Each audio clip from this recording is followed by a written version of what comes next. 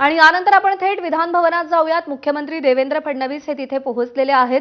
आज त्यांच्या उपस्थितीमध्ये भाजपचे चारही उमेदवार आपला उमेदवारी अर्ज दाखल करणार आहेत। अत्यंत महत्त्वाचा असा हा क्षण आहे आणि त्यासाठी देवेंद्र फडणवीस पोहोचलेले आहेत। त्यामागोमाग प्रफुल्ल पटेल सुद्धा तिथे पोहोचल्याचं आपण पाहतोय।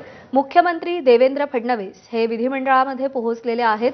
आज त्यांच्या उपस्थितीमध्ये माया इवनाते, रामराव वडकुते, रामदास आठवले आणि विनोद तावडे हे आपला उमेदवारी अर्ज भरणार आहेत आणि त्यासाठी मुख्यमंत्री देवेंद्र फडणवीस हे विधिमंडळात पोहोचलेले आहेत।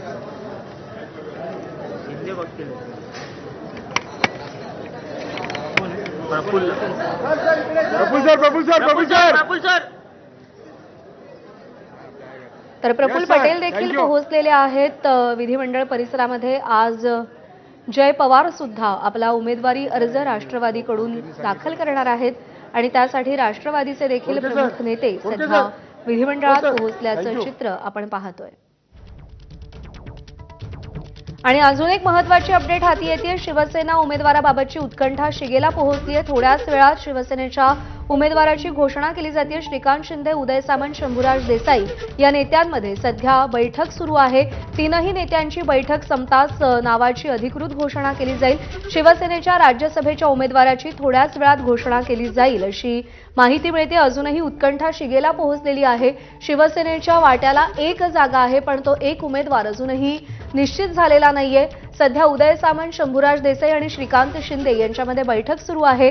या बैठकीनंतर लगेच शिवसेनेच्या उमेदवाराच्या नावाची घोषणा केली जाईल अशी माहिती मिळते। त्यामुळे आता कोणाची वर्णी लागणार याची उत्सुकता आहे। आघाडीवरती 3 नावं आहेत। राहुल शेवाळे जे माजी खासदार आहेत, शायना एनसीच्या प्रवक्त्या आहेत आणि ज्योती वाघमारे ज्या शिवसेनेच्या प्रवक्त्या आहेत। या तिघांची नावं सध्या चर्चेत आहेत। त्यात ज्योती वाघमारेंचं नाव आघाडीवर आहे असं काही वेळापूर्वी कळलेलं होतं। दरम्यान राहुल शेवाळे यांनी नंदनवन या निवासस्थानी एकनाथ शिंदे यांची काही वेळापूर्वी भेट घेतली। तर अर्जुन तेंडुलकरच्या लग्नामध्ये शायना एनसी आणि एकनाथ शिंदे यांच्यामध्ये काही काळ चर्चा झाल्याचं देखील आपण काही वेळापूर्वी दृश्यांमध्ये पाहिलेलं होतं। या सगळ्या घडामोडी पाहता नेमकी कोणाच्या नावावरती शिक्कामोर्तब केलं जात आहे याची उत्सुकता आहे आणि त्या पार्श्वभूमीवर शिवसेनेच्या नेत्यांची सध्या बैठक सुरू आहे। शंभूराज देसाई, उदय सामंत आणि श्रीकांत शिंदे या तिघांमध्ये ही बैठक सुरू असल्याचं कळतंय आणि ही बैठक संपताच शिवसेनेचा राज्यसभेचा उमेदवार कोण हे समोर येणारे अवघे काही तास शिल्लक आहेत राज्यसभेचा उमेदवारी अर्ज भरण्यासाठी आणि त्या पार्श्वभूमीवरती आता लवकरात लवकर नावाची घोषणा होणं हे शिवसेनेच्या दृष्टीने देखील अत्यंत महत्त्वाचं आहे, कारण त्यानंतर काही प्रक्रिया देखील पार पाडायच्या असतात, अर्ज भरायचा असतो।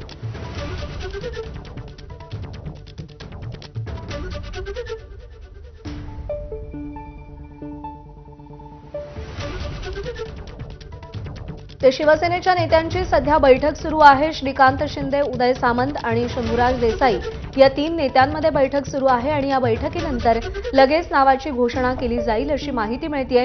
दरम्यान राज्यसभेचा शिवसेनेचा उमेदवार कोण असेल याची उत्कंठा सध्या शिगेला पोहोचलेली आहे।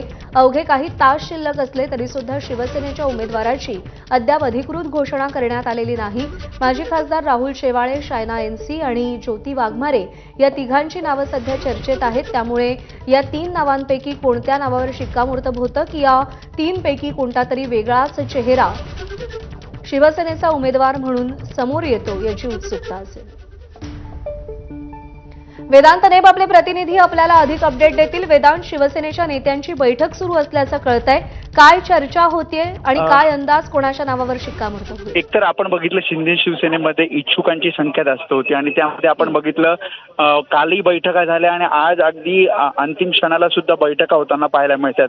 खासदार श्रीकांत शिंदे, त्यासोबतच मंत्री उदय सामंत, शंभूराज देसाई, इतर जे नेते आहेत विधान भवनात बैठक करताना आपल्याला पाहायला मिळतात। त्यांची बैठक झालेली आहे आणि उमेदवार शिंदे शिवसेनेकडनं कोण असणार, एक असणार की 2 असणार, हा सस्पेन्स अजूनही कायम आहे। कारण अधिकृतरित्या घोषणा पक्षाच्या नेत्यांकडनं केली जात नाहीये किंवा तशा प्रकारे सांगितलं जात नाही। मात्र जी नावं आहेत ज्यामध्ये ज्योती वाघमारेंचं नाव आघाडीवर आहे राहुल शेवाळ यांच्या नावाची सुद्धा चर्चा आहे.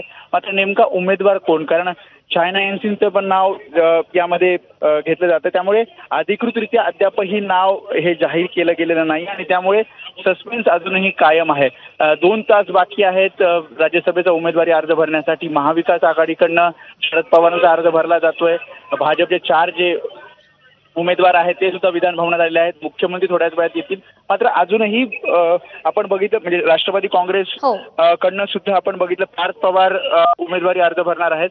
मात्र शिंदे शिवसेनेकडनं अजूनही उमेदवार नेमका कोण हे अधिकृतरित्या स्पष्ट झालेलं नाही आणि त्यामुळे अगदी 5 ते 10 मिनिटांमध्ये आपल्याला कळेल. थोड्याच वेळात आपण बघतोय पार्थ पवार सुद्धा विधान भवनात आलेले आहेत. ते सुद्धा आज राष्ट्रवादी काँग्रेसकडनं उमेदवारी अर्ज भरणार आहेत आणि शिंदे शिवसेनेकडनं नेमका उमेदवार कोण असणार हे अवघ्या काही मिनिटांमध्ये खरं तर कळेल.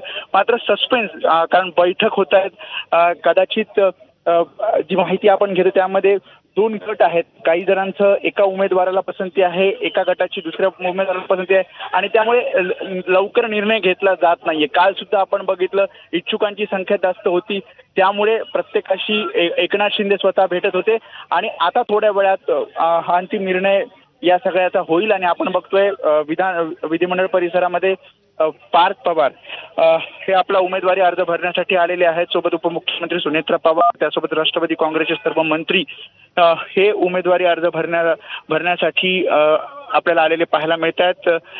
प्रफुल्ल पटेल आहेत, ते सुद्धा पार्थ पवारांचा उमेदवारी अर्ज भरण्यासाठी आलेले आहेत. थोड्याच वेळात मुख्यमंत्री देवेंद्र फडणवीस सुद्धा येतील आणि महायुतीचे अर्ज हे थोड्या वेळात भरले जातील.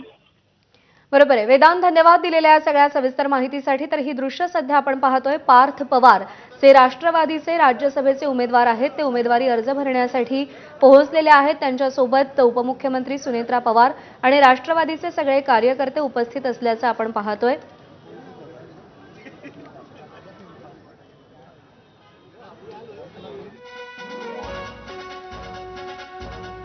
तर शिवसेनेच्या उमेदवारासंदर्भात अजूनही प्रश्नचिन्ह कायम आहे. 5 नावांची चर्चा सुरुवातीला सुरू होती आणि आता चाळणी लावत लावत 2 नावांवरती ही यादी आलेली आहे. आता दोघांपैकी कोणाच्या नावावरती शिक्कामोर्तब होणार याची उत्सुकता आहे. राहुल शेवाळे जे माजी खासदार आहेत आणि ज्योती वाघमारे ज्या शिवसेनेच्या फार ब्रँड प्रवक्त्या आहेत, या दोघांपैकी कोणाचं नाव निश्चित होणार याची उत्सुकता आहे.